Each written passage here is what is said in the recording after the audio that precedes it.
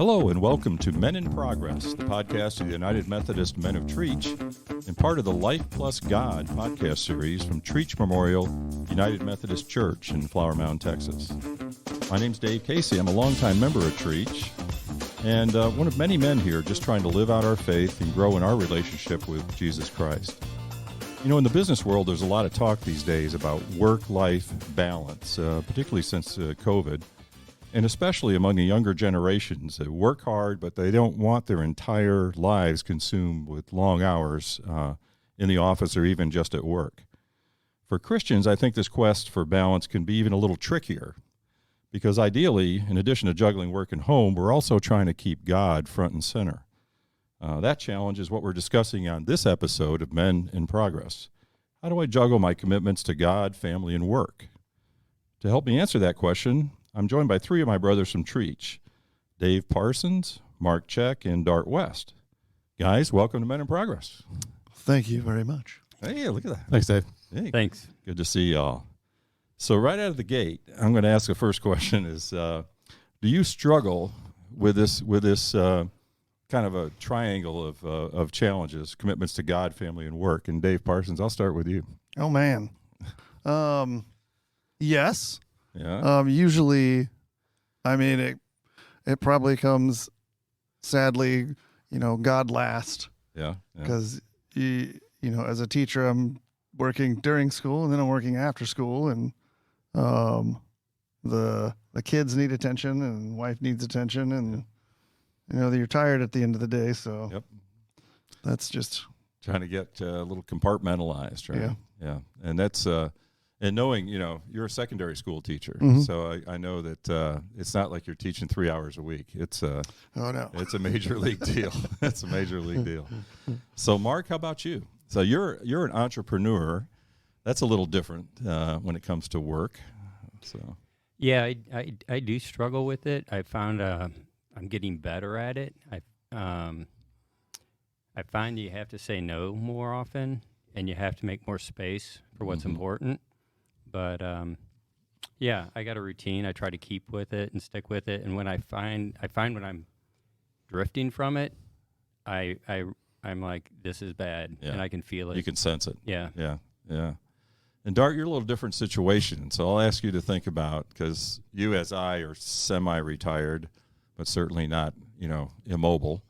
But I know when you worked, and I worked with you on some stuff over the years, you had quite a schedule to keep. Yes, you ask if I struggled, and struggle, I think, indicates that you're trying to get better. I think I gave up trying to get a balance in my life. But with, like you said, in the retired world, you have a little more space to try to do that. I've been thinking about this week, and I think the Walk to Emmaus, the priorities talk, I thought was really valuable. When you look at the week and you come up with 168 hours and you think, well, where do they all go? It really is trying to figure out what's important and acting accordingly. And that's when I do it right. And I'm not claiming that I do it right all the time. Sure. Well, and I think I think most of us in our hearts, we know the order. We've told other people, it's got to be God first, and then family, and then work. If I have extra hours, and we know that gets jumbled up. Why do you think that's so hard? I mean, it's like we can write it down and say, hey, God number one. Okay, I know the answer to that one. See, I knew this podcast would raise our intellectual level. I'm selfish, and I do what I want first. That's the truth. We tell ourselves in our family that story that, well, I got to work all these hours. And the truth is, we work all those hours mostly because we like it, and we get rewards there, and we feel good about it. Yeah. And people think we're smart. We go home and our wife thinks we're stupid and can't really load the dishwasher without help. And so where does God fit in that? Yeah, I'm missing that part. Well, that's where I go to pray to do it better, I suppose. Okay. You ask about where does God fit. I think that we're struggling a lot right now with the idea that God is part of your discretionary time. Yeah. And whenever something's discretionary, it gets pushed off. Exactly. And I think that's maybe we all start with God as discretionary. Yeah. But if we can somehow move that to a requirement, something that I have to do, otherwise other things don't work, Yeah. I think that's the only way you have a chance that it is. Another thing is to make sure that your relationship with God and you're serving in your giftedness. I think a lot of us get talked into serving in ways that we hate because we're not supposed to be. Yeah. And I think that's a future question we got here, so we're going to dig into that. all right, okay, I'll wait on So, that. Mark, I'm going to ask you this. So, can you think of a time when God had to be first? You know, just something that was happening that, okay, before I go any further, I've got to go to God on this one. Yeah, I mean, recently, my mom passed away in August, and it was somewhat unexpected, but, you know, she had some struggles. Right. And my sisters, some of them were really struggling with it, and it made me realize I had lost a parent in the past, but I didn't realize how difficult it was going to be. And then to see the effect on my siblings and how it was affecting them and how tense certain relationships were getting. And I just, you know, you have to dig deeper then and look, you know, like you said, put God first. It's funny when you mentioned that. I journal every morning, right? And There's discipline. And the first thing I put 5 values, and the first one is God first. And it took me a while for that to come to me. I used to journal it and be like, no, that's not right.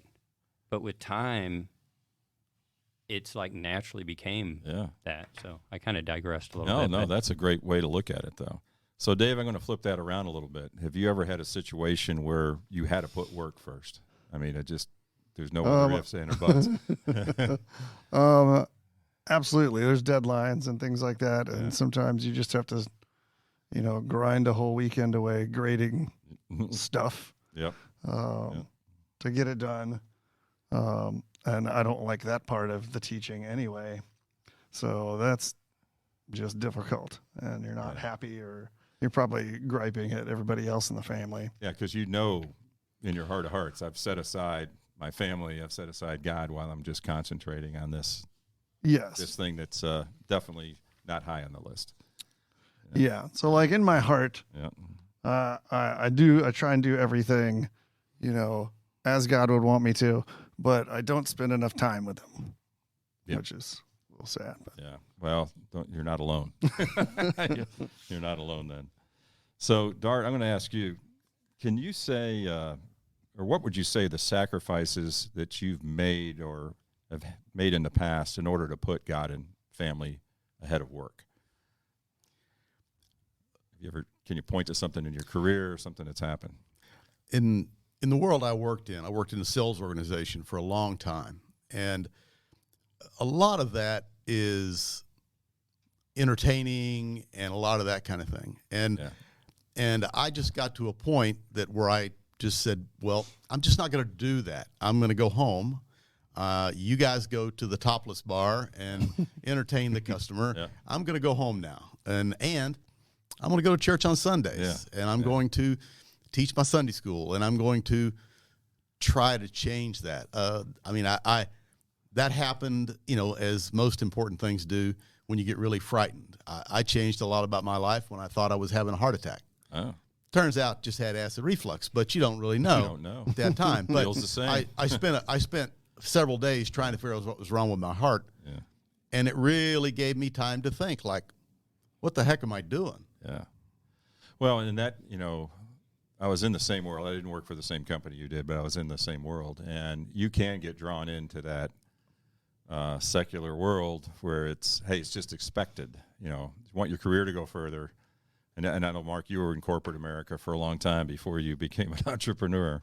So it's a similar type thing. And you know, there are pressures there that you got to, you know, and sometimes it is a career-altering thing. I'm just not going to do this, and if I don't get that next job, then so be it. And I guess that kind of leads me to the next question. And Mark, I'll ask you. I mean, what's helped you keep everything in perspective? You know, whether it's God, family, career, kind of that balance. You know, what helps you? What helps you? Yeah, the journaling, I think, is what really helped me. When I wake up in the morning, I'm tired, because every day you grind it, and you got family and everything else going on. And I found that when I wake up in the morning, I go on a walk and I pray while I'm walking. I do a quick workout, take a shower, get a coffee, and I journal for a half an hour. And I'm surprised in that half an hour how calm my mind gets and how focused I get. Wow. Yeah. For the day. And I find that repetitive, those notes help my mind it becomes a behavior, like a reflex, if you will, throughout the day. And dealing with some of these clients, and there's some intense situations. I've had this one client that he's a big time CEO, and he came into my office one day and said, "You bring a calming presence that's extremely attractive." He goes, "Most people don't do that." Wow. And I think it's part of that. Yeah. Wow, that's a great contribution. That's super. That's amazing. So Dave, sometimes when we talk about this, we in fact, the way I've expressed it so far, it's kind of like, okay, God, family, work. We got three different things here. Mm-hmm. Where do you find that there's overlap in those? I would say there's a lot of overlap in all of them, especially, raising children. And so the family aspect of showing what's most important is always there. I mean, try and, resolve issues and do things according to what we think God wants us to do. In school, I can't really do much overt stuff, but how you carry yourself and how you afford people respect and things like that goes a long way. So I try and do that. Yeah, I'd love to audit one of your classes sometime. Come on in, might man. Stick out a little bit. Who's that slow guy in the back? He's looking for engineers. Has he been held back? Pep up. That'd be fun. So this is kind of a similar question, but Dart, I'll ask you. So this combining God with family and work, and does that help you with prioritization in terms of keeping your priorities where you want them? I find that I behave the best when my family's watching me. Yeah. Candidly, when they pretty much always are. We laugh about this kind of thing, but the truth is they are. Yeah. And the things that we do speak so much louder than the things we say. And if your family sees that you spend time reading the Bible, if they see that you go to church, even if they declare that they're against everything you are, the truth is they're really watching you and learning from what you do. Yeah. And, it's a little bit old-fashioned, but I've always kind of thought that my role in the home was as a leader and defender of the family. And I can't expect anyone to behave any better than I do. Sure.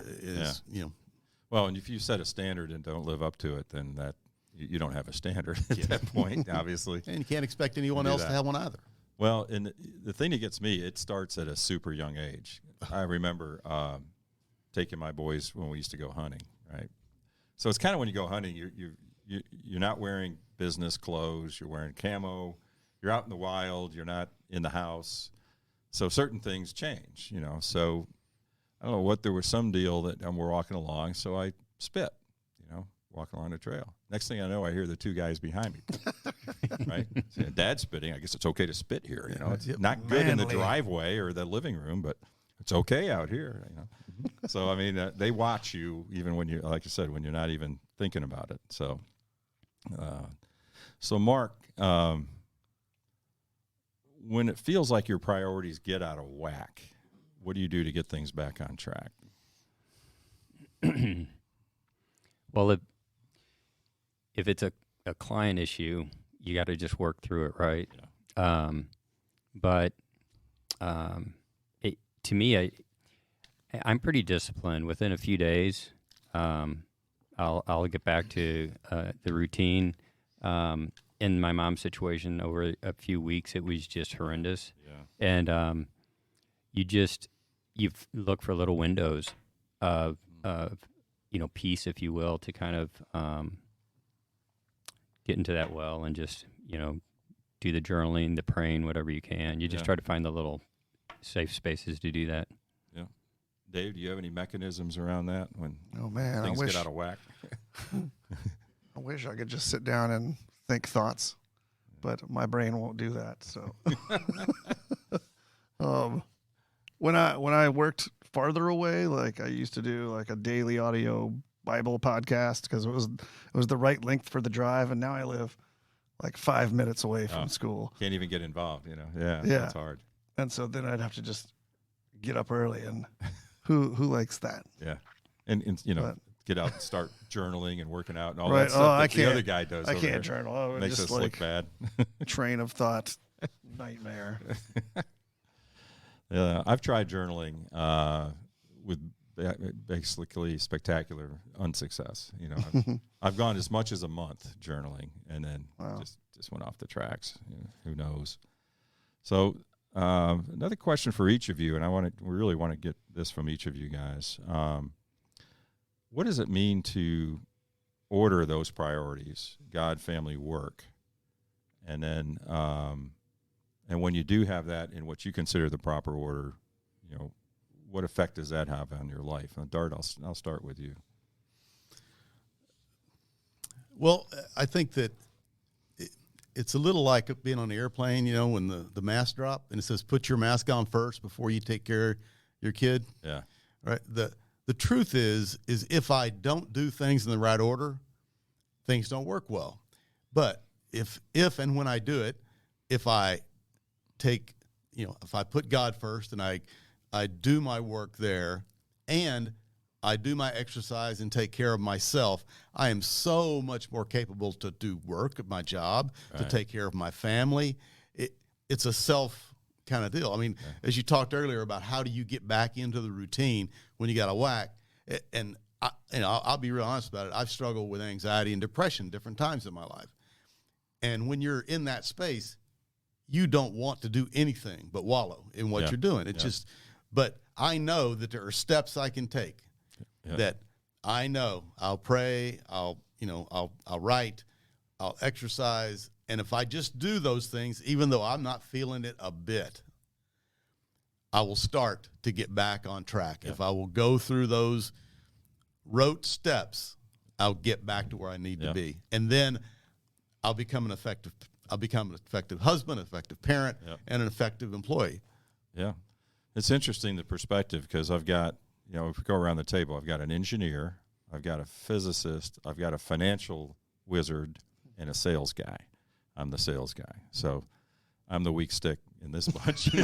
So I've always had a problem. Every time sales guys tell me that, I then stop and say, how come you make more money than everybody else? I didn't say it was stupid. I just said I'm weak. Okay. I just wanted to point that out. It's not really quite true. That's amazing. Well, Mark, how about you? What does that mean to order those priorities, and what effect does it have on you when you feel like you've got them in the proper order? I almost just say ditto what Dave Dart said. To me, I guess to sum it up, it becomes more about quality versus quantity. Yeah. When I was in big corporate America, I just worked all the time, right? And my family suffered, my spirituality suffered, and I was miserable. And the better you are at your job, the more is asked of you. Because, this guy can get it done, so let's just pile some more stuff on, Yeah, and so now, I still have a ways to go on putting God first, but I've come a long way, and I find that everything else is more meaningful, and there's just better quality in everything else I do. Yeah. That's excellent. Dave, how about you? I knew I was next. You can't say ditto. So from as long as I can remember, just being a little kid, God has always been, I'm doing everything for him. And so I never feel like I'm gone from him or anything like that. So he's always first, but my personal relationship, we may, struggle a little bit on. Like I'm in full acceptance mode. But like I said, we don't talk a whole lot. But what I try and do is just be an example that other people can look up to. Yeah. And so and I guess that feels right. I guess when you got them in order, it feels right. Oh, absolutely. I mean, and that's kind of where I am. I can certainly tell, I think, when I've let God get down to second or third place. I mean, I can feel it, even if I'm not consciously, conscious of it. I can feel it, and I know that something's got to change. Something you got to get in there and reorder stuff. So I do that. Man, guys, thanks a lot for being here. I really appreciate it. This has been really, I think, a tough topic. I mean, it's tough to me to discuss how do you, it's easy to say, it's hard to implement, hard to do, and I really, really do appreciate that. So there you have it. It's episode 11, believe it or not, of Men in Progress. We hope you were blessed in some way listening to our discussion, and you'll join us next time. Thanks to my brothers from Trietsch, Dave Parsons, Mark Czech, and Dart West. And thanks for the team that puts these podcasts together for us. As it says in Proverbs, as iron sharpens iron, so does one man sharpen another. And that's the whole purpose behind this podcast. And thank you for joining this episode of Men in Progress. I'm Dave Casey. We'll see you next time.